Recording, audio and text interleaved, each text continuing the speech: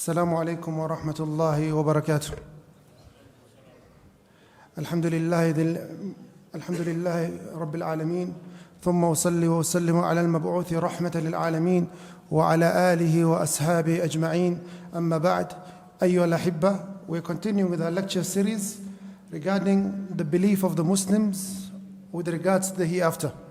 We are currently we finished, alhamdulillah, the signs of the day of judgment. Thereafter, we took what happens in death and in the grave. Number 3, we took what happens on the day of judgment.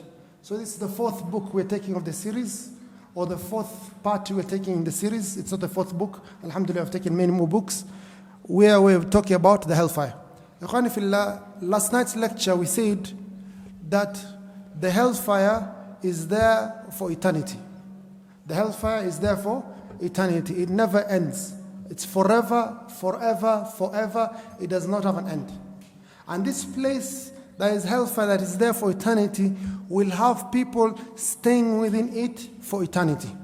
And these are the kuffar and the mushrikun, the disbelievers and the polytheists, and the ones who disbelieved in the signs of Allah Azza wa Jal, in the books of Allah Azza wa Jal, in the laws that Allah subhanahu wa ta'ala legislated. All these people will be in the hellfire for all of eternity. And let them not think that they'll be in the hellfire for eternity, then the punishment will reduce with time or will end with time. Allah subhanahu wa ta'ala, He says, وَلَهُمْ عَذَابٌ مُقِيمٌ. For them is a permanent punishment. So they will be in the hellfire for permanent residence. Ikhwani fillah, this place that is the hellfire is the residence for these people, the mushrikun and the kuffar. They are known as, this is known as their nationality or their residence or their permanent residence. What is the reason, or what are the sins that made these people stay in the hellfire for eternity? Sin number 1, disbelief or polytheism, worshipping more than one God, making dua or slaughtering or making any act of ibadah that is the right of Allah Azza wa Jal to any of the creation, made these people deserve staying in the hellfire for eternity. Number 2, the munafiqun, the hypocrites. These are people who outwardly showed they are Muslims and inwardly they are enemies of Islam. And number 3, people who followed the misguided leaders blindly. The leaders of misguidance, be they politicians, be they scholars, be they knowledgeable people, whoever follows these leaders of misguidance upon their misguidance will also carry their sin and stay in the hellfire for all of eternity. And number 4, the people who are arrogant, also disbelievers, but also they have great arrogance, they shall stay in the hellfire for all of eternity. Ikhwani fillah, there are some people Allah subhanahu wa ta'ala has promised or has mentioned to us that are in the hellfire. For amongst them, the Fir'aun. We know surely, number 1, we said the mushrikun and the kuffar. If someone dies upon La ilaha illallah, we expect good for them. But if someone dies and he does not accept Islam, what residence will they get apart from the hellfire? Are you together? It is easy to know the people of the hellfire. It is not easy to know the people of Jannah. If you are told, is such and such an imam in Jannah, we do not know. We leave that to Allah Azza wa Jal. However, whoever does not say La ilaha illallah, Allah has already judged. That has already passed. So if you know someone who dies upon a state other than Tawheed, the final destination is confirmed. There is no doubt they are going to the hellfire. Amongst them is the Fir'aun. Fir'aun of Nabillahi Musa alayhi salam. Allah subhanahu wa ta'ala says, يَقْدُمُ قَوْمَهُ يَوْمَ الْقِيَامَةِ فَأَوْرَدَهُمُ النَّارِ. He shall be leading his people on the day of judgment and he'll bring them to the hellfire. We as Muslims believe Fir'aun is in the hellfire. Number 2, the 2 wives, the wife of the Prophet Lut alayhi salam and the wife of the Prophet Nuh alayhi salam, as mentioned by Allah subhanahu wa ta'ala in Surah At-Tahrim. Allah subhanahu wa ta'ala says, ضَرَبَ اللَّهُ مَثَلًا لِلَّذِينَ كَفَرُوا امْرَأَةَ نُوحٍ وامرأة لوط كانتا تحت عبدين من عبادنا الصالحين فخانتاهما فلم يغن عنهما من الله شيئا وقيل ادخلا النار مع الداخلين. It was said to these two women, enter hellfire with the people who enter in hellfire. So these two wives of prophets in a blessed house, they betrayed their husbands, a great betrayal, and Allah subhanahu wa ta'ala made sure that they are amongst the people of hellfire. Number 3 from the Quran also, تبت يدا أبي لهب وتب ما أغنى عنه ماله وما كسب سيصلى نارا ذات لهب. The uncle of Prophet Muhammad sallallahu alayhi wasallam, Abu Lahab, Quraysh, from the most noble family, from Ahl al-Bayt, if you can even mention. It's from the family of the Prophet alayhi salatu wasalam. And his wife, they are both in the hellfire, in a surah that is going to be recited until the day of judgment. تبت يدا أبي لهب وتب. Allah subhanahu wa ta'ala says, سيصلى نارا ذات لهب. Also, Ikhwani fillah, you have a person called Amr ibn Amir al-Khuza'i. This is the first person who brought idol worship to the Arabs. The Prophet ﷺ saw him in the hellfire with his intestines out. Another man, the person who killed Ammar. Remember when we were talking about the signs of the Day of Judgment and the fitna that happened amongst the Sahaba in the battle of Siffin, the group of Ali versus the group of Muawiyah. The Prophet ﷺ said, whoever kills Ammar is from the wrong party. And the party of Muawiyah ibn Abi Sufyan are the ones who killed Ammar. Whoever killed Ammar is amongst the people of the hellfire. Ikhwani fillah, also we know for a fact that not only human beings will be in the hellfire, also the jinn. Allah subhanahu wa ta'ala says in the Quran, وَمَا خَلَقْتُ الْجِنَّ وَالْإِنسَ إِلَّا لِيَعْبُدُونَ. Allah subhanahu wa ta'ala has not created the human being and the jinn except for one purpose, and that purpose is what? To worship.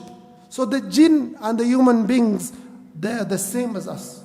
They are going to be held accountable like us. The good ones amongst them will enter Jannah and get the rewards of Jannah. And the evil ones amongst them will be kept in the hellfire and punished a severe punishment. Allah subhanahu wa ta'ala says in the Quran, أُدْخُلُوا فِي أُمَمٍ قَدْ خَلَتْ مِنْ قَبْلِكُم مِنَ الْجِنِّ وَالْإِنسِ فِي النَّارِ. Enter the nations of people that have passed before you from the jinn and the human beings in the hellfire. Allah subhanahu wa ta'ala says, وَتَمَّتْ كَلِمَةُ رَبِّكَ لَأَمْلَأَنَّ جَهَنَّمَ مِنَ الْجِنَّةِ وَالنَّاسِ أَجْمَعِينَ. Allah's word has already passed. His promise has already been confirmed that He shall fill the hellfire from the jinn and the human beings together. So, Ikhwani fillah, the jinn also shall be kept in the hellfire and they shall be punished the same way we are punished. We mentioned there are some sins that take the people to the hellfire for all of eternity. Example number 1, disbelief, polytheism, following the false leaders of misguidance upon their misguidance. We mentioned a number of issues. However, there are some sins that will also take you to the hellfire, but you will not stay there for eternity because you have La ilaha illallah. So there are some people from this ummah, the Muslims, they will enter the hellfire. And this is very unfortunate because as a Muslim, when you do one good deed, it is multiplied times 10, times 700, times thousands and thousands and more. How can this one sin, when you make a sin, it's counted as 1. When you make a good deed, it's counted as 10, 700, 2 plus more. This one of a sin, how can it end up becoming greater than the 700 or the 10 or the thousands? That's very unfortunate. But some people from this ummah are going to be thrown in the hellfire to be purified for a period. Then they shall be removed from the hellfire either by the intercession of the believers, of the prophets, or the angels, or Allah subhanahu wa ta'ala will remove them with His mercy. Even people who have never done any good. Ikhwani fillah, who are some of these people that shall be thrown in the hellfire? The Prophet ﷺ has mentioned many groups of people from amongst this ummah that shall be thrown in the hellfire. He's mentioned in authentic hadith that the people who go against the Muslims and divide the Muslims into factions and parties and sects, all these sects will be in the hellfire except the jama'ah, except the one upon what the Prophet ﷺ and his companions were on. The Prophet ﷺ, he says, إن هذه الملة ستفترق على 73 72 في النار وواحدة في الجنة. That this ummah of the Muslims shall divide into 73 sects. 72 of these sects shall be in the hellfire and one will enter paradise, and that is the jama'ah. Don't mistake this hadith, ikhwani fillah. that 72 out of 73 of the Muslims will enter the hellfire. It does not mean this. If you have a cake and you cut, maybe that's the of the Muslims. If you say like this table is the of the Muslims, it does not mean it's 73 equal parts. Perhaps, or most definitely, the greater part of Muslims shall be in Jannah. But these sects, mostly their leaders, the people who call to this misguidance, be they Khawarij, the sect of extremists called the Khawarij, or the Rafida, or the extreme Sufis, or the extreme Naqshbandis, and all these other sects that Allah subhanahu wa ta'ala did not bring any revelation to it in the Quran. We are Muslims, and that is sufficient for us to be Muslims. Allah subhanahu wa ta'ala perfected the religion. اليوم أكملت لكم دينكم وأتممت عليكم نعمتي ورضيت لكم الإسلام دينا. Allah subhanahu wa ta'ala has perfected the religion. That which is perfect does not require anything extra. Are you together? If you enter like this mosque, Masjid Salam, alhamdulillah, we built it 2017, we finished this mosque. 6 years now has passed, alhamdulillah. If you enter this mosque as a human being, you'll see some places, I wish there was another door over there because of the musallin or more. There's some imperfections, there's some things you can improve. But when you say something is perfect, there's no room for improvement. There's no room for addition. That is the definition of perfection. So this religion is perfect, it is complete.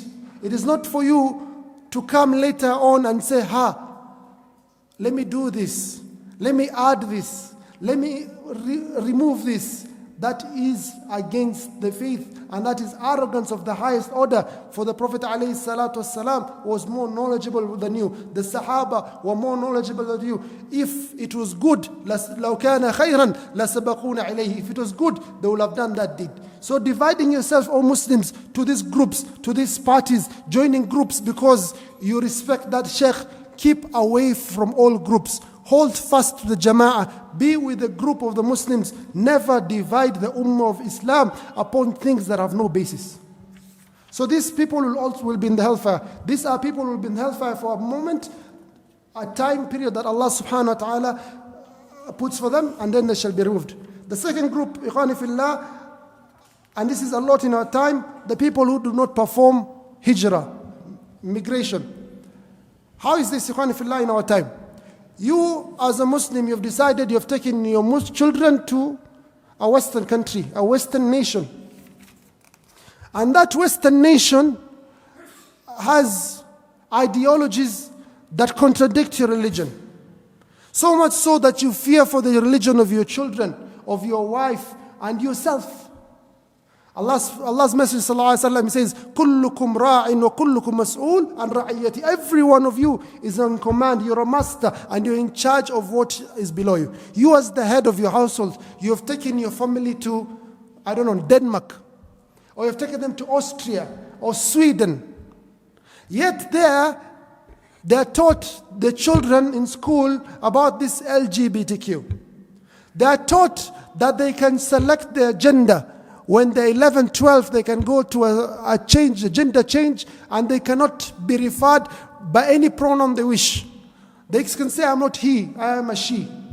They have reached even a level where they've started being divided so much in the society, they don't have any more pronouns. Don't call me he, don't call me she, call me them, call me they. You've heard all this nonsense that's been propagated in the media. So much so that people can now identify, I identify as a table. I identify as a chair, as a bird. It has become lunacy of the highest order, where people do not know what is a woman. They look at YouTube, there's a whole video of what is a woman, where a person goes all over the world, even comes to Kenya, and asks people, what is a woman? They have no definition of a woman. Where is the easiest even a child can mention that? So, Ikhwani fillah, from amongst the things that you as a Muslim, you have to run for your faith. And if you decide that I'm going to stay in Sweden, in England, because of the monthly social benefits I get, because of the free education or the health care, all that you keep before your deen, you do not care if your children later on fall upon kufr, upon ridda, upon ma'asiyah of the highest order. They kill people, they enter drugs, they become the largest gangs. You do not care for their deen. Allah subhanahu wa ta'ala will hold you accountable for not coming and performing hijrah. Alhamdulillah, many people have come to Kenya. At least here in Kenya, you can worship freely where no one enters your faith. You can go to many other countries where you don't need to see that filth day in and day night being fed to your child. Your child is innocent like a sponge. It takes everything that he's given. Then he's given all this nonsense, yet you have no thinking or you have no capacity to immigrate. Allah subhanahu wa ta'ala says, إِنَّ الَّذِينَ تَوَفَّاهُمُ الْمَلَائِكَةُ ظَالِمِي أَنفُسِهِمْ. Allah's messengers, the angels, who when they come to take the person who is oppressing themselves in death, قَالُوا فِي مَا كُنْتُمْ. What was your state in this world? قَالُوا كُنَّا مُسْتَضْعَفِينَ فِي الْأَرْضِ. They will say, we were weak upon the earth. Yes, we are Muslims, but we are minority in Sweden. We are minority in Norway, in Netherlands. قَالُوا أَلَمْ تَكُنْ أَرْضُ اللَّهِ وَاسِعَةً فَتُهَاجِرُ فِيهَا. They will say to them, to these people, these Muslims, was not the earth of Allah subhanahu wa ta'ala wide enough for you to immigrate, for you to perform hijrah from Darul Kufr? فَأُولَٰئِكَ مَأْوَاهُمْ جَهَنَّمْ. For these people, their residence is Jahannam. وَسَاءَتْ مَصِيرًا. And an evil residence is it. إِلَّا الْمُسْتَضْعَفِينَ مِنَ الرِّجَالِ وَالنِّسَاءِ وَالْوِلْدَانِ لَا يَسْتَطِيعُونَ حِيلَةً وَلَا يَهْتَدُونَ سَبِيلًا. Except for the weak Muslims from amongst the men, the women, and the children who are not able to travel. So if a Muslim in these countries where kufr is propagated and you fear for your faith, you fear for the faith of your family, it is wajib upon you to immigrate. It is wajib upon you to perform hijrah. The Sahaba left Mecca without clothes. The Sahaba and the Prophet ﷺ, they left Mecca without their wealth, without their food, without anything to run for their faith. You are more worthy to run for your faith, for your faith is not as strong as the faith of the Sahaba, as not as strong as the faith of the Prophet Muhammad ﷺ. This is group number 2. The people who refuse to migrate for their faith. All right, together. Number 3, the judge who rules upon the people unjustly. There are people who Allah subhanahu wa ta'ala has given them position of authority. But when they judge, they do not judge justly. Allah subhanahu wa ta'ala says, إِنَّ اللَّهَ يَأْمُرُ بِالْعَدْلِ وَالْإِحْسَانِ. Allah subhanahu wa ta'ala commands us to be just. And this is the foundation of our faith, justice. We are just to everyone. Even if it is against our family, even if it's against fellow Muslims, we keep justice first. A Christian has an issue with a Muslim, and you look at the issue, and the right is upon the Christian, we will judge for the Christian, and we will not say anything. Sheikh, you're not giving La ilaha illallah precedence. No. You have taken the property of that Christian man, and you come argue to us, brother in Islam. No, that is a separate issue. Yes, you're my brother, I love you. We enter Jannah together. But on this issue of this car loan, or this plot of land, or this business transaction, I've seen you wrong. I'm going to rule upon the Jew, or the Buddha, or the Christian. And that is justice that Islam demands. The Prophet ﷺ says, there are 3 types of judges. 2 judges are in the hellfire. 1 is in Jannah. He says the one that is in Jannah is the one who knows the truth and rules upon it. The second one is the one who knows the truth but rules different to it. And the third one, he knows nothing but still rules. These are the 3 types of judges. I remember we used to have a debate when we used to be in Medina. We used to have the faculty of hadith versus the faculty of sharia. So the faculty of sharia say, we are most important, we are the better kulliyah, better faculty. The hadith people say, we are the ones who memorize the hadiths. Without our hadiths, you cannot get any fiqh. So it was just a worthless debate anyway. But from the most strange of debates that I had from our brothers from the sharia, they used to say, it is an excellent thing to be a judge. The Prophet ﷺ has promised the judge paradise. Where has he promised the judge paradise? Then they mentioned this hadith where the Prophet ﷺ says that out of every 3 judges, 1 judge is in Jannah. So he said, this judge has been promised Jannah. Surely, my dear brothers, is this hadith something that gives you glad tidings or gives you more fear? What if there's a scale balancing? Is it leaning towards the side of fear or the side of hope? It's leaning more to the side of fear. If you're given food, then you're told, this food, 2/3 of it has poison and 1/3 is okay. Is it something you're going to be interested in going to? That's why you find the scholars, Abu Hanifa, he's asked, become the Qadi, the chief judge of the Dawla al-Abbasiyah. He refuses. You can't find Abu Hanifa anywhere. You look for Imam Sufyan al-Thawri. Abu Ja'far al-Mansuri says, where is Sufyan al-Thawri? I'll make him the Qadi. Sufyan al-Thawri is not found. He's in Makkah, he's hiding somewhere, looking after, they run away. Because if you're given this position of being a judge, it's like you're given a knife, you're stabbing yourself. It is a very serious thing. Do not run for these positions of being Qadis, of being Muftis, of being Chief Judge, Supreme Court, where later on you're told, there is LGBTQ and this is for the national interest or for international interest, or the Americans want us to follow this, rule upon this. How are you going to rule upon that when Allah subhanahu wa ta'ala has already forbidden it? So, Ikhwani fillah, never be interested being a judge. Yes, there are young children here. Do not be interested being a judge. Be a doctor, engineer, other things. But when it comes to judges, it is very risky for your iman. This is the third group, the ones who rule unjustly upon the people. The fourth group, Ikhwani fillah, the ones who lie upon the Prophet alayhi salatu wasalam. They mention a hadith that are false hadith, and they propagate this hadith.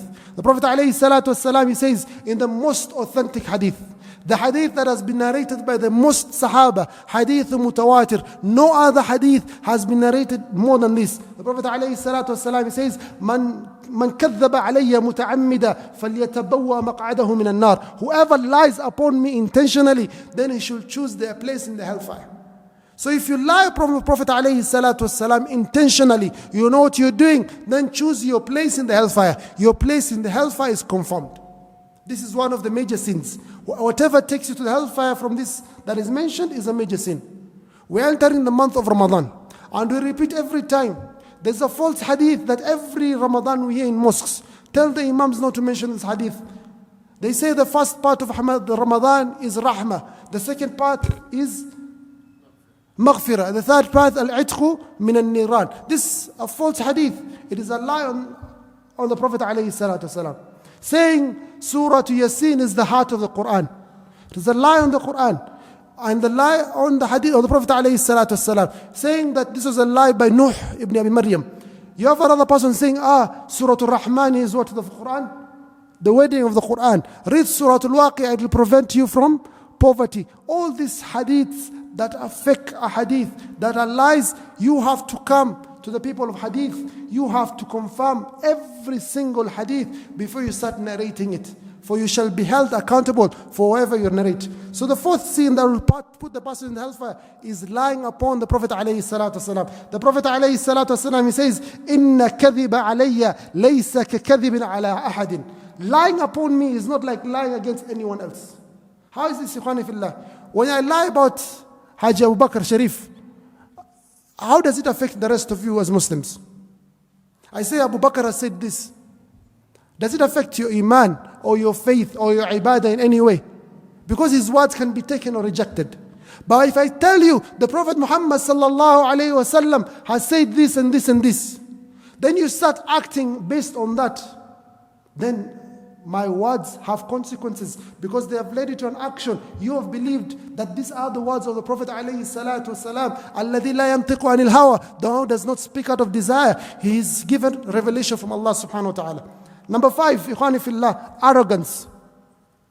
Arrogance, being prideful, having kibr.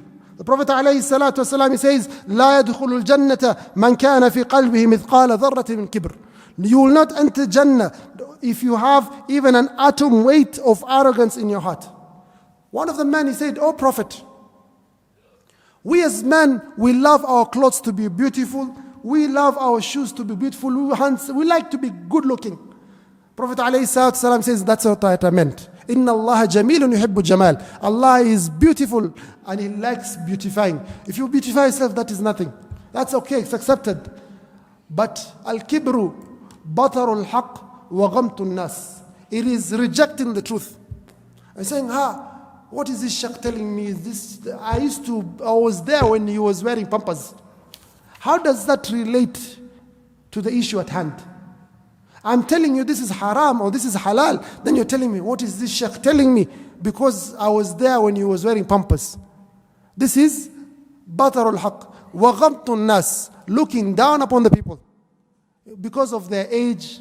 What is this person coming and is from a small tribe? What is this person coming? He doesn't have an American passport like me. This is all batil. Do not look at the messenger, look at the message. That's a very important point, Ikhwani fillah. Sometimes you find Muslims, you get very angry and agitated. Yes, sometimes we as sheikhs, we have bad manners. Forgive us for our bad manners, but do not reject the message because of our bad manners. Are we together? Do not reject the message because of our bad manners. I tell you, some people are very harsh. Suddenly, pray. Why are you acting like a kafir? Yes, it's bad. That's not the way you give da'wah. So you get angry and you say, I'm not going to pray. Who's harming the other? Have you harmed the sheikh or you've harmed yourself? Are you together? Yes, that sheikh has bad manners. He doesn't know how to talk. Deal with his bad manners separately. But the issue at the hand, which is the message, the salah, is important. Pray the salah. So take the message, leave the messenger. Are you together? Also another issue, do not kill the messenger. People kill messengers a lot. That we'll talk about another time, inshallah. Number 6.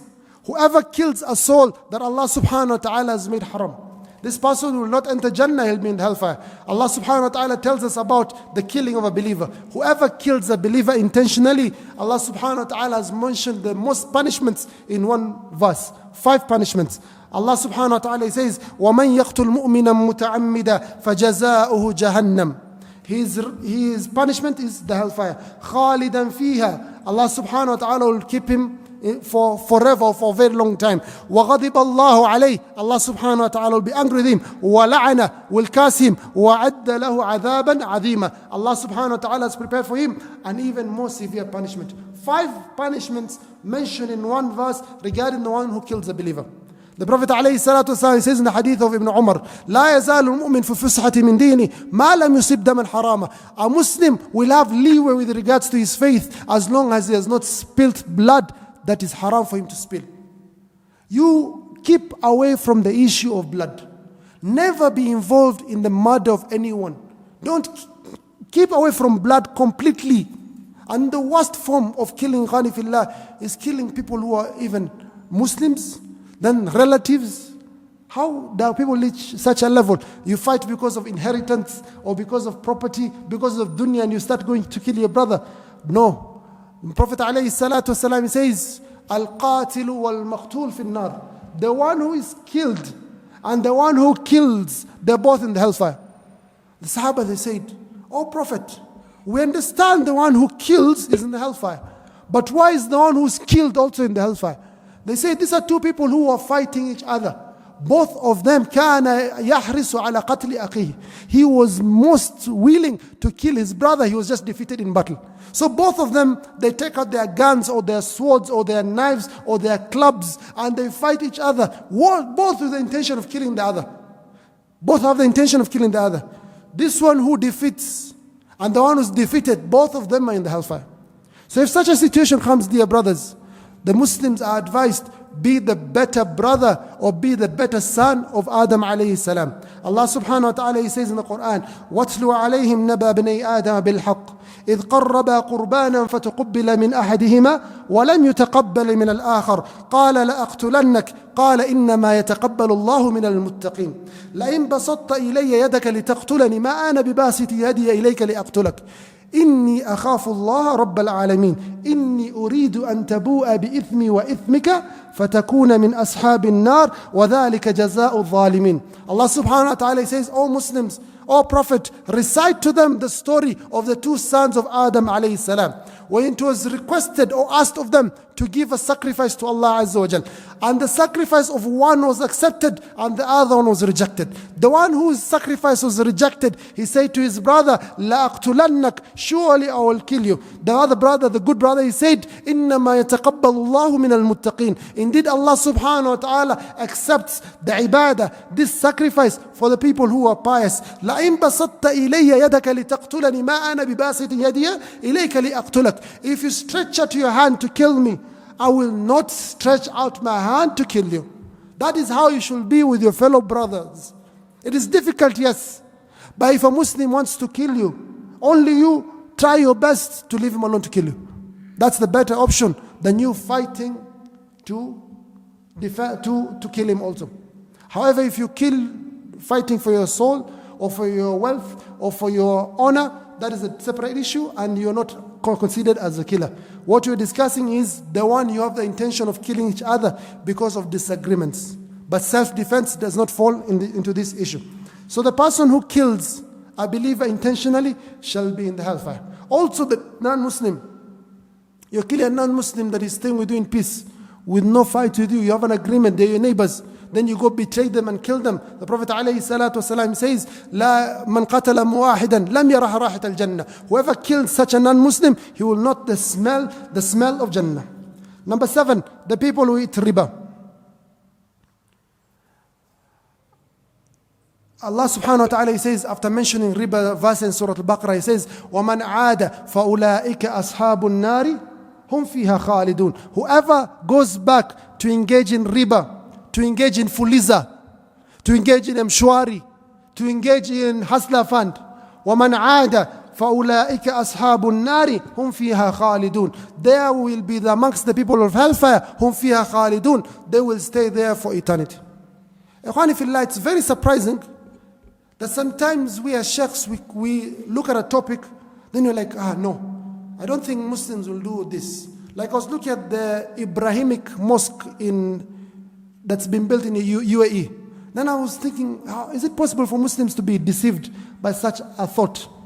Then you think further, then you get surprised later on that Muslims are engaging in fuliza. Muslims are taking loans and they're paying high interest rates. They know it's interest, but they engage in interest. True or false?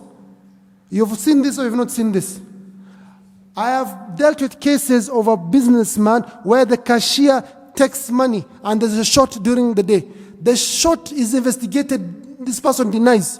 But later on, after great investigations, it is found that this person is taking the money from the boss, putting in his phone and engaging in gambling. In this soccer gambling, in Betway, SportPesa, every single day. And this is a hole. If you enter gambling, you will never come out of that hole completely. I lost 200 shillings. Let me bet 500 shillings. I recover that 200 shillings.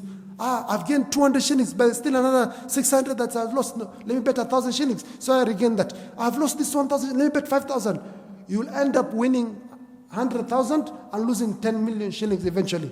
It becomes a sickness, an addiction. You have to be kept in the hospital, for it is defined as a sickness by even the psychologists. Number 8, ikhwani fillah, eating the property of the people unjustly. Allah subhanahu wa ta'ala says, يَا أَيُّهَا الَّذِينَ آمَنُوا لَا تَأْكُلُوا أَمْوَالَكُمْ بَيْنَكُمْ بِالْبَاطِلِ إِلَّا أَن تَكُونَ تِجَارَةً عَنْ تَرَاضٍ مِنْكُمْ وَلَا تَقْتُلُوا أَنفُسَكُمْ إِنَّ اللَّهَ كَانَ بِكُمْ رَحِيمًا. Do not eat your property amongst yourselves unjustly. You're taking money from your Muslims unjustly. Allah subhanahu wa ta'ala will hold you to account. Allah subhanahu wa ta'ala says, وَمَنْ يَفْعَلْ ذَلِكَ عُدْوَانًا وَظُلْمًا فَسَوْفَ نُصْلِهِ نَارًا. Whoever does that intentionally and with oppression, he shall be in the hellfire.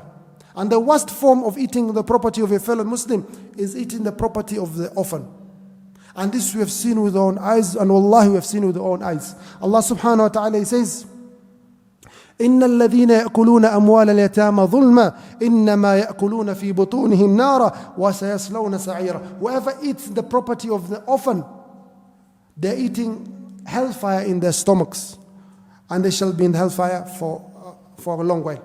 This happens a lot, ikhwani fillah, where people are in business together. You have a partner or two business partners, for example, two. I've seen this so many times. This partner there has 70%, for example. And this one has 30%. Are you together? They're living wealthy life. All of them are wealthy. The rich partner, I've seen it many times. Usually the richer partner dies. And what happens? All the wealth suddenly disappears. My dad was rich. What happened to all the money? He had debts. You see this other person for 30%. He's progressing. He's building buildings. He has a lot of wealth. But this person of 70%, nothing. Suddenly it has ended. And we've seen it so many times also with the issue of a father dying. Then the uncle comes to marry the father's wife, the children. Then suddenly his children are the ones who eat the good food. and this other wealthy family, they start eating the scraps. Their life changes. Such a person should not think that this little enjoyment they have in this world, that they shall not be held to account on the day of judgment. Allah subhanahu wa ta'ala will hold them to account. Number 9, the picture makers. The ones who make idols or make pictures to imitate the creation of Allah subhanahu wa ta'ala. Like you draw something that has a soul, or you sculpture something that has a soul. Some scholars are even more strict. They even say if you take a picture of something that has a soul, that is all rejected. But this is a separate issue. Allah knows best. So the person who sculptures, makes a sculpture, or he makes a drawing with a hand drawing, this person will be punished severely on the day of judgment. Prophet ﷺ, he says, إِنَّ أَشَدُّ النَّاسِ عَذَابًا عِنْدَ اللَّهِ يَوْمَ الْقِيَامَةِ الْمُصَوِّرُونَ. The people or the picture makers or the image makers will be the ones severely punished on the day of judgment. Number 10, the people who work with the oppressors, they support the oppressors. They say, these are our leaders, let us support them. Yet they know they're oppressive to the Muslims. Yet they know they're oppressive even to the non-Muslims. You will be held accountable for following them. If you want also salama in your iman, as a Muslim, من كان يؤمن بالله واليوم الآخر فليقل خيرا أو ليصمت. Whoever believes in Allah and the day of judgment, let them speak good or keep quiet. That is the best thing, ikhwani fillah. There's nothing worse for you because you want to please your leader, to please your king, to please your president or your governor. You come to speak something that angers Allah subhanahu wa ta'ala, and you're thrown in the hellfire for 70 years. And the worst form, I have seen is when people, they come and they speak to the leaders and supporting them in their oppression, supporting them in their dhulm. They're telling them you're doing correct. What these people are khawarij. These people are not even Muslims. Finish them off. And these are masakin, women and children. All are finished. But yet you stand with the leaders. You shall be held accountable for that. Number 11, we mentioned this before when you're talking about the signs of the day of judgment. Women who are dressed, yet they're undressed. They're naked. And also the people who use whips. As mentioned in the authentic hadith, we mentioned this previously. Number 12, the ones who punish animals. They kill animals. The Prophet ﷺ says that a woman entered the hellfire because of a cat. She didn't allow it. She locked it. She didn't give it food. Yeah, also she did not allow it for it to hunt and to look for its own food. This is a cat. Punished, thrown in the hellfire. The Sheikh asks, what about the situation of the person who harms the Muslims, who tortures the Muslims, who tortures the believers? What will be the account, or what will be the respite, or what will be the punishment of such a person? Number 13, the person who seeks knowledge with a bad intention. The Prophet ﷺ, he says, whoever seeks knowledge from the knowledge of Allah subhanahu wa ta'ala, لا يتعلمه إلا ليصيب به عرض من الدنيا لم يجد عرف الجنة يوم القيامة. Whoever seeks knowledge from the knowledge of the religion, he does not seek it except for a position in society. I'm seeking to memorize the Quran because I want to become an imam. I'm seeking to go to Medina to study in university so that I am known as a sheikh, as a doctor, as a professor. You will not smell the smell of Jannah. That is not the correct intention for you to seek knowledge. The correct intention is for you to improve your relation with Allah subhanahu wa ta'ala, to remove ignorance from yourself and from your family and from your fellow Muslims. That is the correct intention, to improve your relation with Allah and your fellow human beings with this knowledge that Allah subhanahu wa ta'ala has brought down. But you're seeking knowledge لِتُمَارُ بِهِ السُّفَهَاء. You're seeking knowledge لِتُبَاهُ بِهِ السُّعُلَمَاء. You want to go home today and you go research, how am I going to defeat Sheikh Akram in a debate? How am I going to defeat Sheikh Umar? This is a bad intention. Or لِتُمَارُ بِهِ السُّفَهَاء. You want to seek knowledge so that you can go debate there with the ignorant people and start debating big things, yet you don't have even knowledge with the basic knowledge. And this is the most surprising things. You find someone coming to you with a debate, a big debate the scholars have talked about ages, yet you ask them the most basic of knowledge.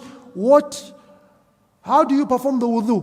What are the pillars of wudu? What are the conditions required for prayer? They cannot answer such questions, yet they want to engage in debate. Is that a reason for you seeking knowledge? For you to engage in debate? What is the color of the dog in Surah Al-Kahf? How does that benefit you? What is the stick that was used by Nabiullah Musa alayhi salam? From which tree was it? How does this benefit you, subhanallah? You have other things that are more important, yet you're wasting time. How does it benefit you if you know it was a bulldog, or it was a German shepherd, or whatever dog it was?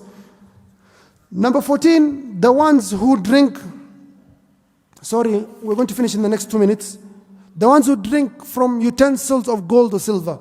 You're brought for a plate of gold or silver, do not eat in it. It is a major sin, and you shall be thrown in the hellfire as a result. That is arrogance, that is kibr, that Allah subhanahu wa ta'ala has prohibited for you in this world. You shall be given these utensils in Jannah. Wait for it in Jannah. Eating and drinking in dunya. الذي يشرب في آنية الذهب والفضة إنما يجرجر في بطنه نار جهنم. The one who drinks, in a different riwayah, eats from gold or silver utensils, he is pouring fire in their stomach. Number 15, the ones who cut trees in the deserts. There are trees in the desert where animals go seek a shade, where people who are traveling go seek a shade. Then you, with your craziness, you just go cut that tree for no reason. You're a person who is evil, and you shall be thrown in the hellfire for such a thing. Do not cut things that benefit, or do not destroy things that are of benefit to the common populace and does not harm you the bit. So you can use this qiyas for anything else. You go destroy a bridge, and we Muslims or we non-Muslims, everyone requires that bridge to go for their needs. You shall be held accountable for such an act. And finally, number 16, Ikhwani fillah, people who shall be kept in hellfire, even if they are Muslims, are the people who commit suicide. Whoever commits suicide shall be thrown in the hellfire. They shall be punished severely for a very long period. It will look almost like eternity. The Prophet ﷺ says, "Man qatala nafsahu bihadidatin, fahadidatu fi yadi." Whoever kills himself with a piece of iron. A piece of iron can be stabbing or shooting yourself with a gun. يتوجى بها في بطنه في نار جهنم خالدا مخلدا فيها أبدا. He will do that in the hellfire forever. So if you shoot yourself in the hellfire, you continue shooting yourself for all of eternity. Don't think that one bullet is the end of your life. I'm ending my pain. I don't know what it's called, where they have something called mercy killings in not honor killing in Middle East, the mercy killing in Europe. They have something where you have been sick for a very long time. They give you an injection, then you can just die. They're feeling mercy for you. That's not the end. You're going to feel that injection for the rest of your life. So you shoot yourself with a gun, you think it's one bullet. No, it's going to be thousands and millions and trillions of bullets in the hellfire for all of eternity or for forever. If you're a Muslim, you'll come out of a very long time. The Prophet ﷺ says, whoever drinks poison and kills himself, he thinks he's resting. No, he's going to drink even worse poison in the hellfire for a very long time. That's almost a period like forever. He continues, the Prophet ﷺ says, وَمَنْ تَرَدَّ مِنْ جَبَلٍ فَقَتَلَ نَفْسَهُ فَهُوَ يَتَرَدَّ فِي نَارِ جَهَنَّمَ خَالِدًا مُخَلَّدًا فِيهَا أَبَدًا. Whoever goes to a tall building and throws himself on the ground. And this happened at my place of business, by the way. I was in Umrah, then I sent a video. Someone in my place of business went upstairs, the 4th floor, and threw themselves, a Muslim, with ma'awis. But they didn't die. They broke this bone here. They broke this bone, they harmed themselves. A young boy, 21 years old. So a person who throws himself in a high place, a building, and he falls down and he dies, such a person does not think it's the end of it. He'll be in the hellfire every time. Boop, like the cartoon. You fall down, you become flat, then you're inflated, you go back, you flat, inflated, go back up, flat, inflated, go, it returns. Why you laugh at Tom and Jerry? And finally, the one who hangs themselves, الذي يخنق نفسه يخنقها في النار. The one who hangs himself, they shall continue hanging themselves in the hellfire. والذي يطعنها يطعنها في النار. And the one who stabs themselves will continuously stab themselves in the hellfire. إخواني في الله, these are some of the sins that will keep us in the hellfire for all of eternity. Protect yourselves and your families from the hellfire. اتقوا النار ولو بشق تمرة. Protect yourself also from the hellfire, even if it is giving out sadaqah. Right now there's a famine, there's a drought, there's iftar program going everywhere. In Marsabit, in Northeastern, feed them. We in Nairobi, let us agree even this year. Even I was speaking to one of the righteous ladies. She told us, oh Sheikh, Do not make any iftar program in the mosques. Whatever food you have, send it to our fellow brothers in Marsabit, in Mandera, in Wajir, in Garissa. And that was an excellent thought, Ikhwani Fillah. So whatever food you have, bring it here. We have our muaddin, we have our brothers here. We'll send it before the month of Ramadan. We'll send it to those brothers in Northeastern. At least they have something to eat. All of us in Nairobi, alhamdulillah, we'll have something to get. Even if it's food. Even if it's food in the garbage. Those guys do not even find food in the garbage. You know, we have about this. It's very different, our situation to their situation. So, Ikhwani Fillah, save ourselves, save our families from the hellfire, even if it is giving out sadaqah. And one of the greatest sadaqah giving out is water and food. Wa akhiru da'wana alhamdulillah rabbil alameen. Wassalamu alaikum wa rahmatullahi wa barakatuh. We'll continue next week Friday. Sorry for the delay.